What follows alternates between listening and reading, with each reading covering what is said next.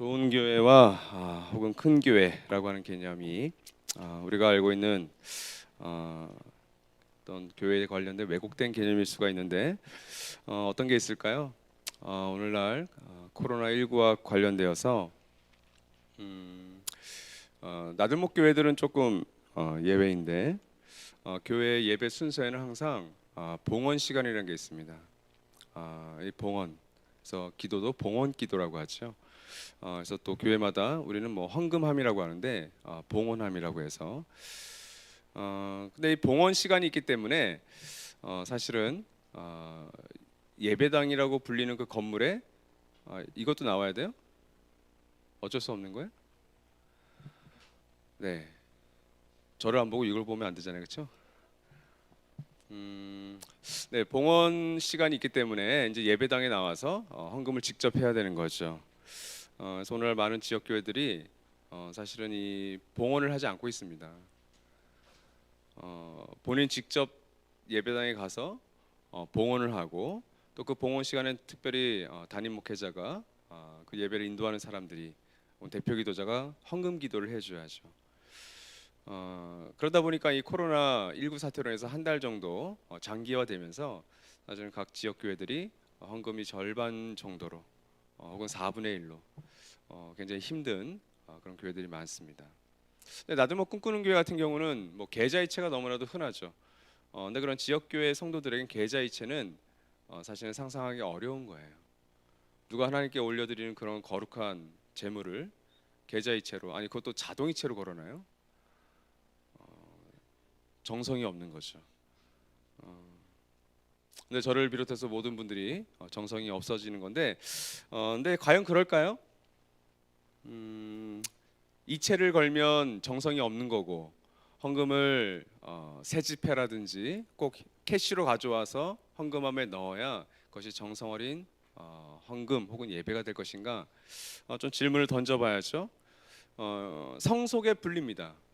교회 당에 나와서 현금으로 헌금하는 것은 거룩한 것이고, 은행에 가서 계좌이체 거는 것은 뭔가 좀 속돼 보이고 너무 쉬워 보이고, 그러니까 우리가 헌금을 하는 거 방법에 있어서도 아직 이렇게 정리가 안 돼 있는 거죠, 사실은. 여러분, 우리가 뭐 예를 들어 우체국이라든지 은행에 가서 어떤 공과금을 낼 때 여러분 이체 다 합니다. 내 몸이 직접 가서 은행에 가서 할 수도 있지만 그 시간이 정말 남아야 되는 거고, 뭐 너무나도 유용하게 사실은 앱을 이용해서 이체를 다 할 수 있잖아요. 그 부분도 우리가 아직 정리가 안 되는 거죠. 어떤 성전의 개념에 우리가 잘못, 사실 왜곡된 개념을 분명히 갖고 있습니다. 코로나19와 관련해서도 신천지와 같은 이단을 많은 우리 국민들은 기존 전통 교회와 별로 분리해서 보지 않습니다. 신천지 교회도 교회라고 부르고 우리들도 교회라고 부르는데 그게 뭐큰 차이가 있냐는 거예요. 그래서 신천지 성도들이 모여서 예배드리는 것과 제가 지극히 상식적이고 위생을 굉장히 신경 쓰면서 모이려고 하는 수많은 지역 교회들도 도매급으로 넘어가는 것이 오늘의 현상입니다. 근데 이 모든 어떤 자업자들이라 할까요? 그 책임의 여부가 어디에 있냐면 우리 모두에게 있어요. 여전히 우리는 좋은 교회 혹은 큰 교회라고 하는 이 어떤 문구를 자주 써요. 그렇죠? 성남 지역에, 분당 지역에, 서울 지역에 좋은 교회 혹은 큰 교회 하면 글쎄요, 머리에 떠오르는 교회들이 있죠. 근데 여러분, 그 떠오르는 교회들의 어떤 기준들을 보십시오. 어떤 기준을 가지고 우리는 좋은 교회 혹은 큰 교회라고 하는가? 정말 하나님 나라를 잘 살아내는 그런 운동원이 한두 사람이 있어서 그 교회가 재정적으로나 뭐 재정적으로 힘들 수 있겠죠. 그러니까 그 지역 사회에 선한 영향을 끼칠 수 있을 때, 혹은 하나님 보실 때 정말 엄청난 일들을 감당하는 것 같은데, 그런 교회들을 우리가 좋은 교회, 큰 교회라고 할까? 그렇지 않죠. 외형적인 것으로, 어떤 숫자로, 재정으로 좋은 교회, 안전한 교회, 큰 교회라고 우리 규정하고 있습니다. 일단 여러분, 오늘날의 이 교회를 향한 예수님의 어떤 경고와 희망을 담고 있는 말씀이 사실은 오늘 마가복음 13장 1절에서 13절에 있는 말씀입니다. 물론 마가복음 13장은 예수께서 재림하시기 전에 일어날 어떤 경고들, 사인들을 우리에게 알려주고 있어요. 특별히 오늘은 예루살렘 성전과 관련된 말씀이 전반부에 있고 마지막 절까지는 사실은 그 성전이 파괴되는 것, 무너지는 것으로 인해서 임할 그 마지막 때가 어떤 모습일까? 제자들의 관심과 예수님의 관심이 다르죠. 그것을 통해서 한번 살펴보러 갑니다. 먼저 여러분 헤롯 성전이 등장하죠. 이 헤롯 성전은 사실은 예수께서 보실 땐 무너질 수밖에 없는 건물이었는데 이 성전에 대한 사람들의 이해를 좀 먼저 봐야 될 것 같아요. 예수님 당시 여전히 건축 중이었던 이 헤롯 성전은 당시 사회에서는 가장 아름다운 건축물 가운데 하나였습니다. 제가 이 말씀을 준비하다가 어떤 그림이 어떤 상징이 좋을까를 떠올렸을 때 제가 우리 사역자들에게 이걸 오픈을 안 했네요. 스페인의 가우디 성당의 모습을 사실 제가 하나 보여드리려고 했어요. PPT로. 아마 가우디 성당을 직접 보고 오신 분도 있을지 모르겠어요. 정확한 이름은 사그라다 파밀리아 대성당이죠. 근데 여러분 이 성당이 언제 착공한지 아세요? 언제요? 1882년. 그러니까 지금부터 약 140년 전 그때 착공했어요. 그리고 여전히 현재 진행형이에요. 완공이 2026년 정도로 되는데 그건 정확히 몰라요. 여러분 그 사진을 보면 굉장히 화려합니다. 이 가우디의 걸작이잖아요. 이 헤롯 성전도 마찬가지였습니다. 아마 이 가우디 성당 못지않게 더 화려한 그 사람들에게 인식되었던 건물이었어요. 그러니까 예수를 따라하던 제자들도 그 당시 사람들의 인식에서 크게 다르지 않았던 겁니다. 헤롯 성전, 이 예루살렘 성전, 혹은 제2 수르바벨 성전이라 불리는 그 성전이 그 건물 자체가 하나님의 거룩한 성전으로 불렸던 것이죠. 1절의 고백은 바로 이 헤롯 성전의 완성을 지켜보던 대중들의 마음을 잘 대변해 줍니다. 외적인 모든 면에서 이 헤롯 성전은 거룩한 큰 집이에요. 그러니까 성전이에요. 성전의 뜻이 거룩한 큰 집이잖아요. 그러니까 이 헤롯 성전이야말로 정말 그 사람들이 자부심을 가졌던, 왜 그랬냐면 이 헤롯 성전 안에는 그 당시 국회의원을 할 수 있는 사내들인 공의회, 사내들인 모임이 그 안에서 열렸어요. 그러니까 여러분 여의도 국회의사당을 가면 뭐 랜드마크잖아요. 마치 헤롯 성전이 그런 역할을 했던 겁니다. 여러분 이 313년 콘스탄티누스 대제가 밀라노 칙령으로 기독교를 공인합니다. 근데 그 전 황제가 이 기독교를 심하게 핍박했던 왕이에요. 그러다가 314년에 밀라노 칙령으로 기독교가 자유를 얻으니까, 국교가 되니까 그 당시 기독교인 숫자가 급격하게 늘어나기 시작했죠. 그러면서 생겨났던 현상이 바로 뭐냐면 오늘 이 코로나19와 비슷한 현상이 그 당시 로마에서 일어납니다. 엄청난 변화를 겪게 됩니다. 바실리카라고 불리는 직사각형의 구조를 가진 성전, 우리가 부르는 바로 그 건물이 시작돼요. 여러분 바실리카라는 건물을 아마 유럽 여행을 가셨던 분들은 대부분 성전이라 불리는 성당은 이 바실리카 구조로 되어 있습니다. 미국에 있는 수많은 교회들도, 특별히 천탑이 높은 교회들도 다 이 바실리카 양식을 띠고 있어요. 그래서 여러분 보시면 들어가는 문은 이 아트리움이라고 되어 있었고요. 그다음에 회중석이 따로 있습니다. 그리고 그 앞쪽으로 옆으로 뭐가 있냐면 생츄어리라고 하는 성직자들이 진물을 보는, 성직자들이 예배를 인도하는 장소가 따로 있어요. 그래서 생츄어리라고 하는 말이 거기서 나온 거죠. 그래서 교회 자체가 성소로 불리기 시작합니다. 이런 교회당의 출석과 함께, 출현과 함께 어떤 일이 일어났을까요? 그 당시 10명, 20명, 30명으로 소규모로 모였던 가정교회들은 다 이단과 사이비가 되어버립니다. 교황체제가 되기 때문에, 조직체제가 되기 때문에 그런 작은 공동체의 모임은 다 죽어가기 시작합니다. 그렇게 모이지 말라고 합니다. 당연히 주교가 있는 곳, 추기경이 있는 곳이 교회가 되기 때문에 그랬던 거예요. 그래서 그런 화려한 예배가 그때부터 시작됩니다. 왜냐하면 황제가 와서도 예배 드릴 수 있고 귀족이 와서 예배를 드려야 되기 때문에 그 당시 궁중 왕실의 법도들이 리추얼 안으로 들어오기 시작했어요. 자, 여러분 지금도 바티칸 시티에 어떤 성당 미사를 보신 적 있으세요? 부활절이라든지 크리스마스 때 보시면 굉장히 화려하죠. 그 교황이 입고 있는 옷이 굉장히 거의 뭐 황제보다 더 화려합니다. 바로 거기서 다 이렇게 흘러 들어온 거예요. 그러니까 여러분, 리추얼이 강해지면서 친밀하고 가족적인 교회, 어떤 유기체로서 생명이 넘쳤던 그런 교회의 모습은 사라지기 시작한 거죠. 여러분, 예수님의 제자들도 사실은 이 헤롯 성전을 보면서 그런 교회를 바라보게 됩니다. 근데 여러분, 제자들과 달리 성전에 대한, 헤롯 성전에 대한 예수님의 이해는 전혀 다른 것이었습니다. 그것이 오늘 말씀 가운데 잘 나와 있죠. 2절에 뭐라고 되어 있습니까? 이 성전이 결국 파괴될 것이다, 무너질 것이다. 애들을 남기지 않습니다. 마치 저주에 가까운 말씀으로 그 성전은 처참하게 무너질 것이다. 예수께서 왜 이런 말씀하셨을까요? 그 단서가 요한복음 2장에 사실 나옵니다. 요한복음 2장 19절에서 21절 말씀 같이 한번 읽죠. 우리 강의안을 갖고 계신 분들은 보시면 될 텐데 제가 한번 읽어드리겠습니다. 같이 읽죠.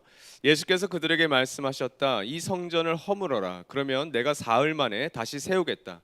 그러자 유대 사람들이 말하였다. 이 성전을 짓는데 46해나 걸렸는데 이것을 사흘 만에 세우겠다고요? 예수께서 성전이라고 하신 것은 자기 몸을 두고 하신 말씀이었다. 예수님 당시 공생애 때 이 헤롯 성전은 무려 46해 46년이나 현재 진행으로 짓고 있었던 중이에요. 아직도 완성되지 않습니다. 그런데 여러분, 이 성전은 무너져도 된다. 왜냐하면 내 몸이 성전이 될 것이다라고 얘기하는 겁니다.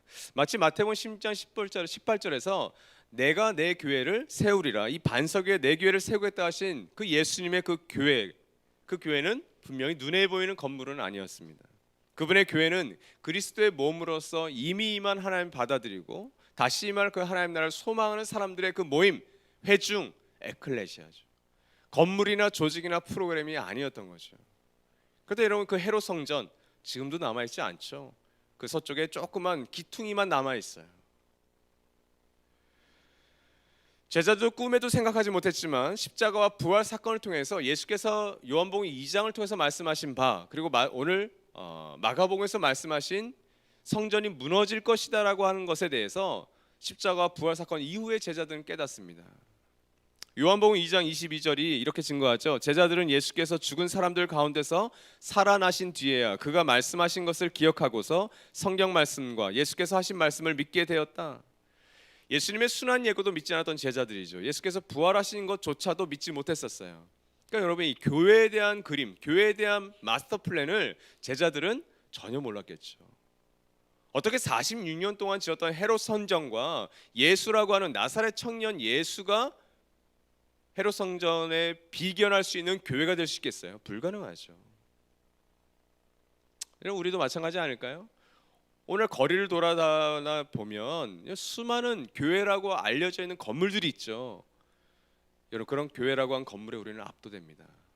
심지어 그런 교회를 다닌다는 것에 대해서 자부심을 느껴요. 아니, 저도 부럽다니까요. 옆에 있는 만 무슨 교회가 어떻게 이렇게 탄천에 요지에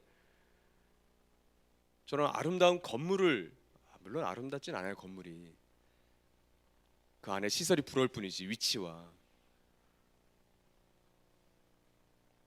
그런 건물에 우리는 압도돼요. 때로는 주차장에 압도되기도 하고요, 사람의 숫자에 압도되기도 해요. 어떤 재정에 압도되기도 합니다.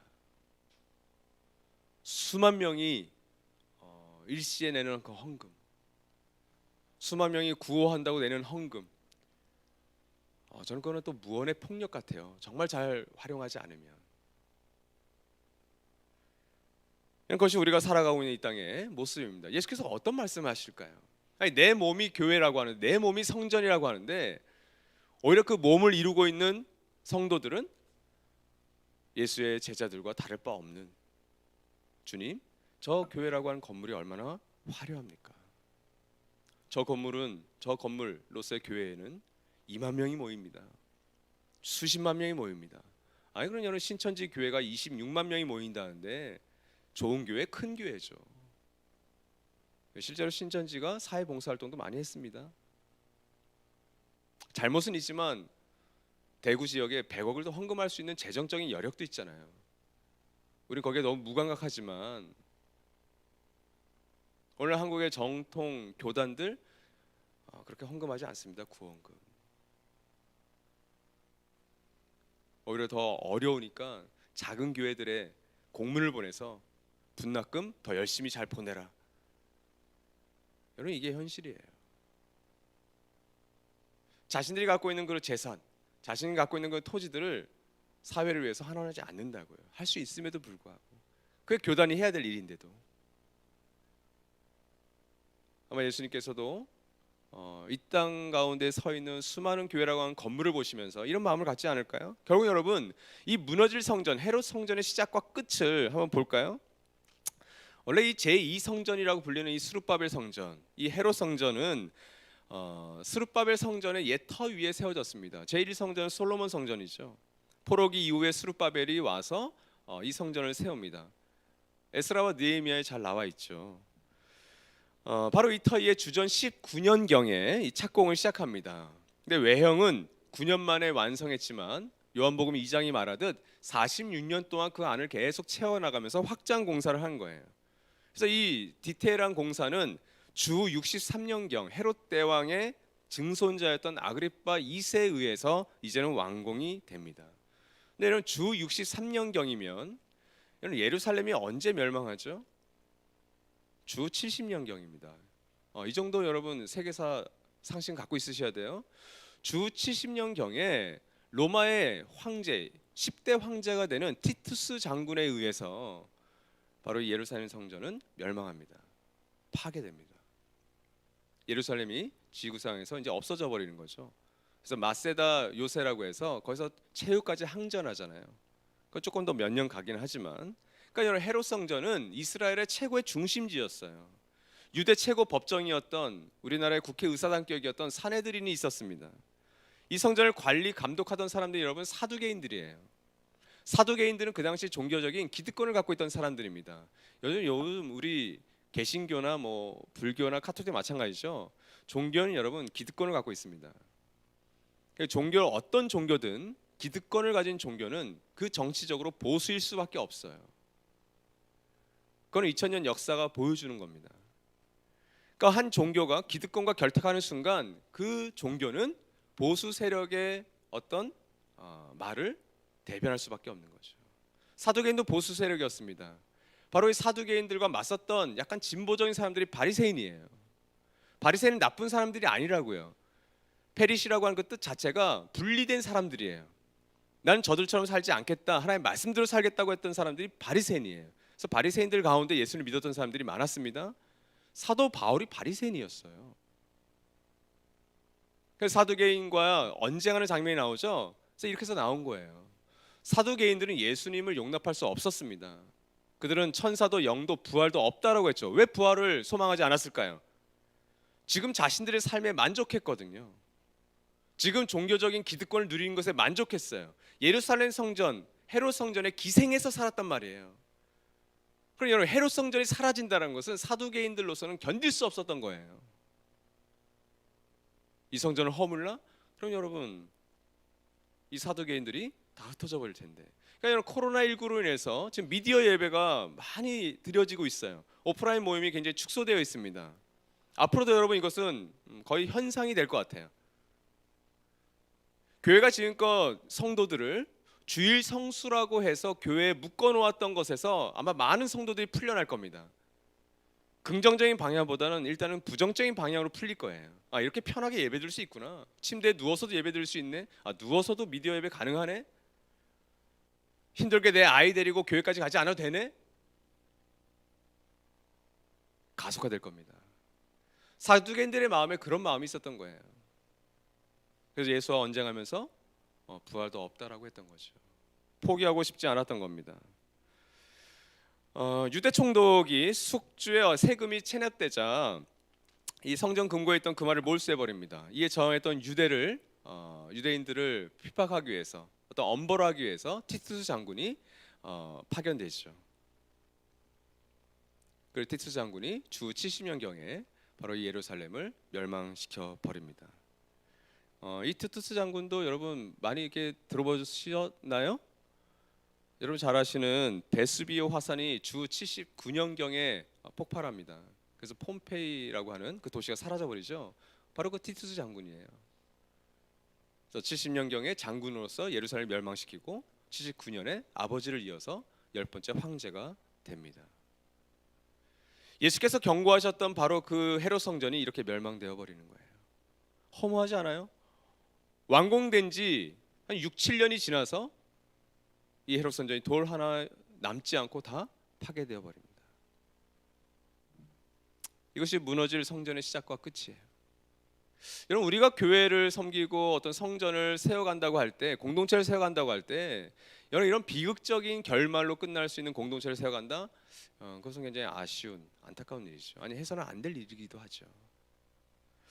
그러나 여러분, 오늘 이 말씀 가운데는 물론 재림에 관한 예수님께서 어떤 말씀이 있지만, 이 말씀 가운데서 그러면 무너질 성전과 대비해서 무너지지 않을 성전, 예수의 몸이라고 하는 그 교회, 그 성전을 세우기 위해서 우리가 기억해야 될 것 세 가지를 오늘 본문 말씀 속에서 좀 적용하려고 합니다. 첫 번째로는 말씀을 기억하라는 거예요. 4절에서 제자들은 헤롯 성전이 파괴되는 날, 이 화려한 예루살렘이 무너지고 예루살렘 성전이 무너지는 날이 바로 마지막 날, 여호와의 날이라고 생각했어요. 그날이 재림의 날이라고 생각한 거예요. 그리고 그때가 언제인가를 예수께 묻죠. 근데 예수님 그때에 대해서 얘기해 주지 않으십니다. Nobody knows. 하나님만이 아신다. 그런 말씀도 하시죠. 근데 여러분, 예수는 언제 그날이 임할까에 관심이 없었고 구체적인 날짜가 아니라 어떻게 그 날을 준비하며 그 날을 살아갈 것인가에 관심이 있었어요. 그래서 13장 후반부로 갈수록 거의 거기에 대한 말씀을 하고 계시는 거예요. 제자들은 그 날짜, 더 데이에 관심이 있었고 예수님은 어떻게 살 거에 대한 말씀이 있었던 거죠. 그러니까 여러분, 수많은 이단과 사이비들이 이 더 데이에 관심이 있는 거예요. 근데 이런 그 더 데이를 가지고 나오는 사람들에게 우리 이렇게 얘기하시면 됩니다. 너 성경 진짜 모르는구나. 예수님 말씀하신 게 있는데 계속해서 그 날짜를 가지고 들어오네? 그거 하나로 분별할 수 있는 거예요. 근데 그거 하나부터 분별을 안 하면서 여러분 이단과 사이비와 성경 가지고 싸우겠다? 아니죠. 그럼 말씀을 잘못 기억하는 거죠. 너 이거부터 먼저 읽고 이거 받아들여? 이렇게 나와야죠. 왜 조직적으로 신천지에 이로운 거, 이단에 이로운 성경 공부를 한 사람들과 성경을 가지고 싸우려고 하냐고요. 이걸 먼저 제시해야죠. 너 예수님의 이 말씀 진짜 믿어? 예수님도 모르신다는데 아버지 하나님만 아신다는데 이렇게 나오는 게 지극히 상식적입니다. 그래서 예수님께서 이 제자들의 시선을 지금 이렇게 옮겨놓고 계시는데 뭐라고 하세요? 제자들은 성전의 파괴의 날이 마지막 날이라 생각했는데 예수님은 바로 그 헤롯 성전의 파괴는 진통의 시작이라고 얘기하는 거예요. 그 8절에 나오죠. 야, 그날은 그냥 진통의 시작일 뿐이야. 진통이 끝난 것도 아니에요. 그 진통이 다 끝나는 날은 예수께서 마지막 날 완벽하게 임하실 그날이에요. 하나님 나라가 완벽하게 임할 날이 해산의 날이 되는 거죠.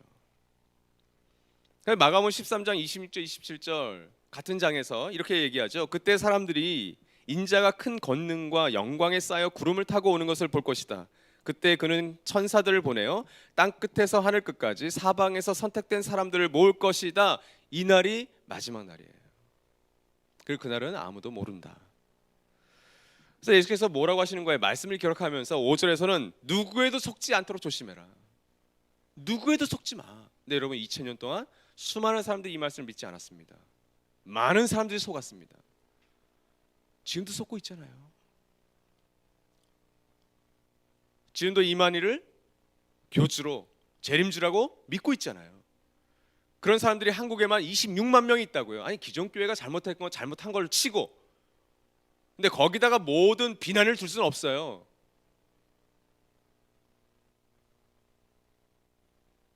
어떻게 이만희를, 이 말씀 우리가 정말 믿는다면 그를 재림주라고 우리가 받아들일 수 있어요. 속지 말라고 하셨는데 많은 사람들이 자신을 가리켜 그리스도라고 할 것이다라고 이미 경고하셨습니다. 7절에서는 전쟁의 소문이 들릴 것이다. 여러분 2000년 동안 세계사의 역사는 이 전쟁의 역사였죠. 그러면서 예수께서 한마디 더 덧붙여요. 7절에서 놀라지 마라. 어떤 전쟁이 일어난다고 해서 놀라지 마. 여러분 전염병도 마찬가지입니다. 우리가 너무 마음을 풀고 살았을 뿐이죠. 이럴 줄은 몰랐죠. 솔직히 정말 다 몰랐죠.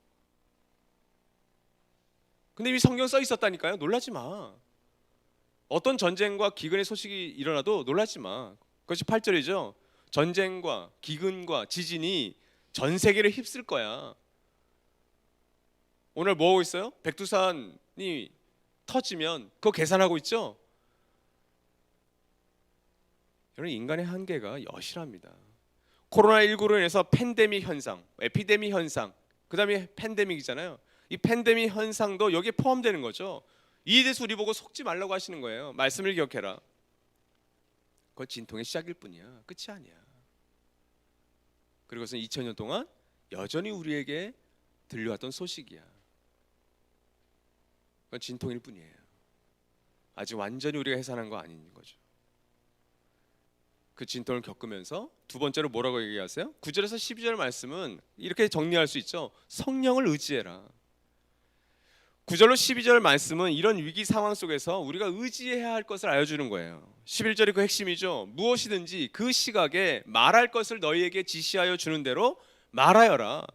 말하는 이는 너희가 아니라 성령님이시다. 많은 경우 이 말씀을 전도 현장에 가서 누군가에 전도할 때 아무 준비도 하지 마. 성령께서 하실 말씀을 주실 거야. 그리고 많은 설교자들이 뭐 요즘은 그렇지 않을 거라 생각하는데 이렇게 생각하시는 설교자가 있다면 여러분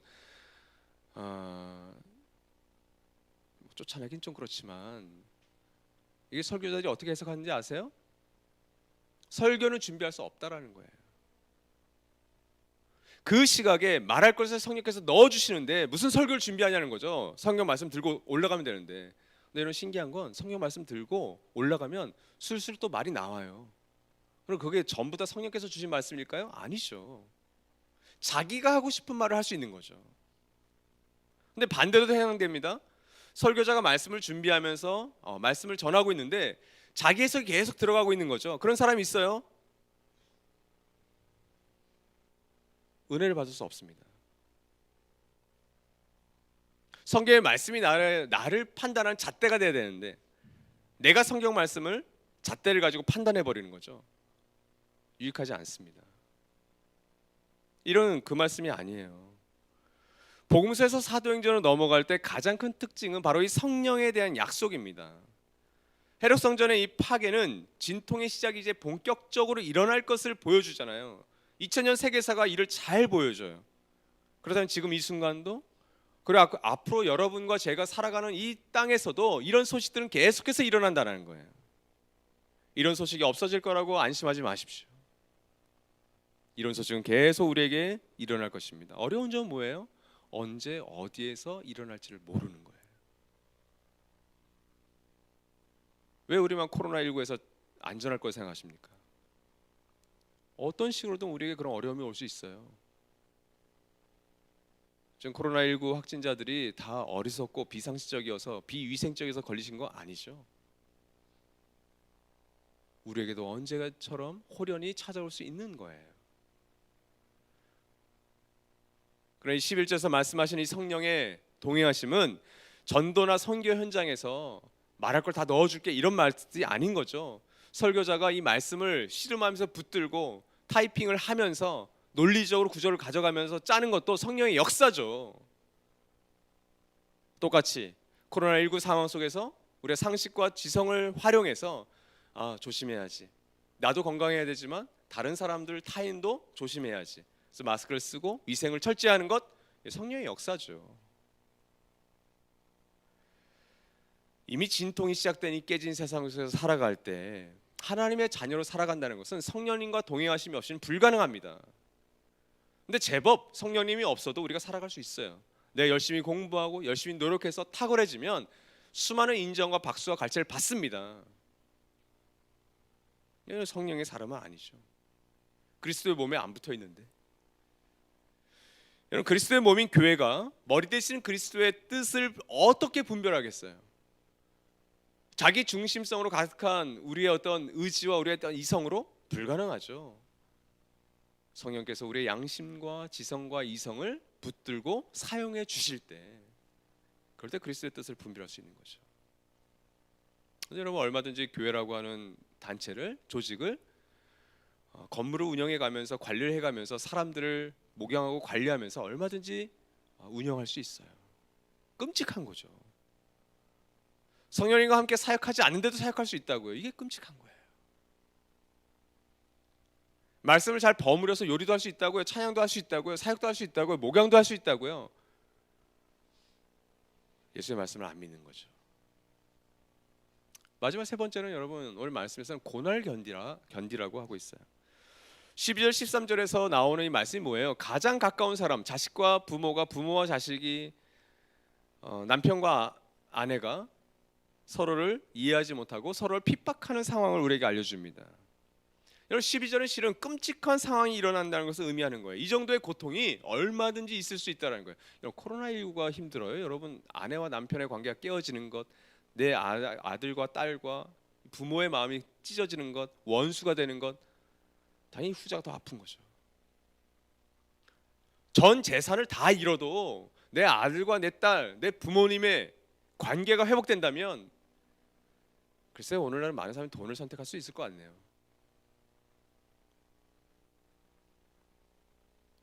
여러분 그런 비극이, 그런 고통이 얼마든지 일어날 수 있다. 그럴 때 너희는 그 고난을 견뎌라라고 얘기하는 거예요. 13절이 정확히 보여주죠. 그 속에서 우리는 견뎌야 된다.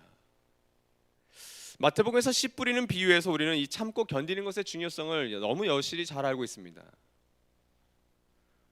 우리 강의에는 나와 있는데 우리 누가복음 8장 12절에서 15절에 있는 말씀을 우리 같이 한번 좀 읽어볼까요? 없는 분들은 그냥 들으시면 될 것 같아요. 같이 읽습니다. 시작. 길가에 떨어진 것들은 말씀을 듣기는 하였으나 그 뒤에 악마가 와서 그들의 마음에서 말씀을 빼앗아 가므로 믿지 못하고 구원을 받지 못하게 되는 사람들이다. 돌짝밭에 떨어진 것들은 들을 때에는 그 말씀을 기쁘게 받아들이지만 뿌리가 없으므로 잠시 동안 믿다가 시련의 때가 오면 떨어져 나가는 사람들이다. 가시덤불에 떨어진 사람들은 말씀을 들었으나 살아가는 동안에 근심과 재물과 인생의 향락에 사로잡혀서 열매를 맺는 데 이르지 못하는 사람들이다. 그리고 좋은 땅에 떨어진 것들은 바르고 착한 마음으로 말씀을 듣고서 그것을 굳게 간직하여 견디는 가운데 열매를 맺는 사람들이다. 우리에게 너무나도 익숙한 말씀이죠.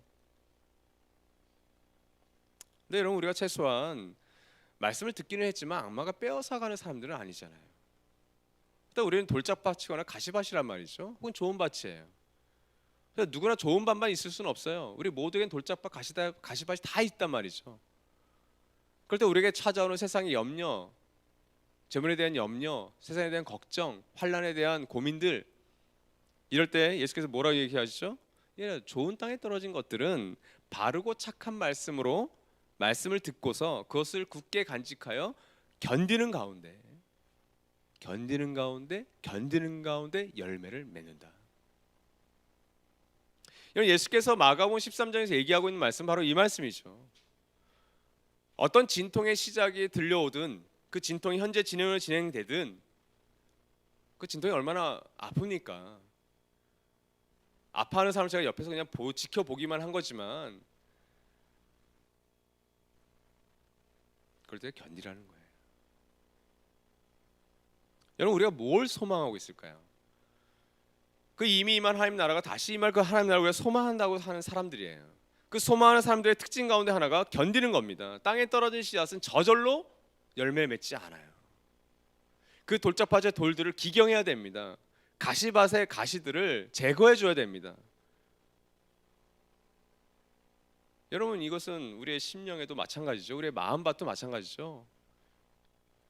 여러분 우리 마음밭에 가시밭과 돌짝밭으로 가득 차다면 우리 마음밭에 아무리 좋은 말씀이 떨어져도 그것은 열매를 맺을 수가 없어요.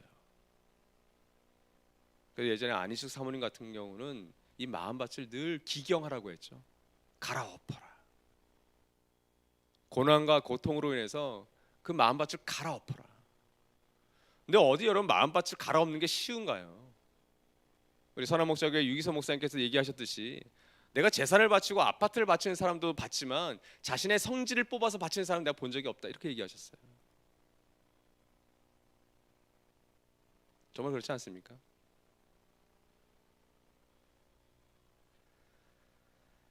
여러분 열매를 잘 맺을 수 있도록 우리와 함께 해주시는 분이 성령 하나님이세요. 그러니까 너무 근사하지 않습니까? 제자들은 지금 그 파괴의 날이 언제 올 것에 대해서 두려워하면서 고민하면서 혹시라도 그 정보를 알까 노심초사하고 있는데, 예수께서는 그 진통의 시작이 이 헤롯 선전이 완공된 지 6년 7년 후에 멸망될지라도, 그 이후에 2000년을 이 폐허 속에서 살아갈지라도 성령께서 동행하시면 너가 열매를 맺으면서 살 수 있어. 그러니까 견뎌. 그러니까 이런 참된 크리스천의 특징은 견딤이죠. 못 견디겠다고요? 예, 거기까지 견디신 거예요. 못 참겠다고요? 예, 거기까지 못 참은 거예요. 늘 그렇지 않습니까? 이제 못 참겠다. 제가 참았어요. 거기까지 참으신 거예요, 그렇죠? 근데 진짜 참는 사람은 얘기하지 않죠. 참으니까. 이런 교회 진짜 주인 누구십니까? 마태복음 16장 18절에 교회를 세우는 주체는 예수 그리스도세요. 하나님이세요. 하나님이 교회를 세우는 겁니다. 교회를 세우는 건 애초에 불가능한 일이에요. 자기 중심성으로 똘똘 뭉쳐있는 사람들이 모여서 교회를 세우겠다? 그 자체가 불가능한 거죠. 미션 임파서블이죠. 그러나 그 주체가, 주인이 예수라면, 하나님이시라면 달라집니다. 그리스도의 몸으로서 교회는 말씀에 천착해야 됩니다. 수많은 사이비와 이단들에 대해서 말씀으로 쳐내야 됩니다. 그러니까 말씀 연구해야 되겠죠. 말씀을 정말 사랑해야 되겠죠. 말씀을 읽지 않는데, 말씀으로 내 심령을 기경하지 않는데, 씨앗과 열매를 떨어뜨리지 않는데 어떻게 이런 소출을 얻을 수 있겠어요? 그 깨진 세상 속에서 성령과 동행하지 않는다? 불가능합니다. 어떻게 연대할 수 있겠어요? 어떻게 성령께 묻지 않고 살아갈 수 있습니까? 자연스럽게 고통과 고난이 따라옵니다. 그 속에서 우리는 견디는 거죠. 교회에 그런 것들이 없다면 여러분, 그게 더 큰 문제일 겁니다. 오늘 교회 문제는 건물이 없는 게 문제가 아니에요. 돈이 없는 것도 문제가 아닙니다. 심지어 사람이 없는 것도 문제는 아닙니다. 그래서 저는 일본 사람들을 저는 조금 존경하는 면은 있어요. 일본 사람들 어떤 시민 의식, 몇 번 방문했을 때마다 참 어떤 국민성에서 배울 부분이 있겠다. 근데 이런 지금도 회자되는 것들이 있어요. 참 그건 좀 부끄러워요. 그게 뭐냐면 일본인들은 우리랑 비슷한 시기에, 아니 우리보다 훨씬 더 빨리 선교가 됐습니다. 선교사에 들어갔어요. 그래서 우리 양화진 어떤 비극과는 비교되지 않을 정도의 수많은 사람들이 순교했습니다. 그런데 한국에서는 이 교회가 급속한 성장을 경험해요. 근데 일본은 단 한 번도 급속하게 성장한 적이 없어요. 그래서 소위 우리가 얘기하는 큰 교회, 좋은 교회 별로 없어요. 전 세계 사람들이 한국의 사랑의 교회를 압니다. 여의도 순복음 교회를 안다고요. 일본에 무슨 교회를 알아요? 윌로우 크릭, 세들백 처치. 우린 미국에 있는 교회들도 알아요. 일본에 무슨 교회를 아세요? 잘 모르실걸요? 근데 여러분 그거 아세요? 일본은 10명의 성도들만 있어도 교회가 운영이 돼요. 왜 그런지 아십니까? 그들이 크리스천이 되는 순간 그들에겐 11조가 문제가 안 돼요. 크리스천이 되는 게 어려운 거지, 그는 성경에서 말하고 있는 말을 그대로 지키려고 노력하는 사람들입니다. 아니 우리 꿈꾸는 교회는, 아니 나들 가족들은 하늘 가족 서약을 하는데도 안 하잖아요. 안 해도 되잖아요. 누가 뭐라고 하지 않잖아요.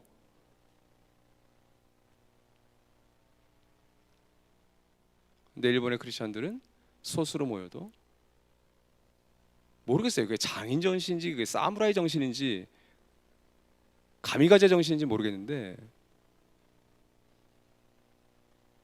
무서울 정도로의 신앙인 거죠. 마가복음 13장의 오늘 이 말씀은 무너질 성전에 대해서는 예수님께서 아까워하지 않으셨어요. 그건 그냥 무너져라. 저희도 그런 마음이 있어요. 냉소적인 마음이 있어요.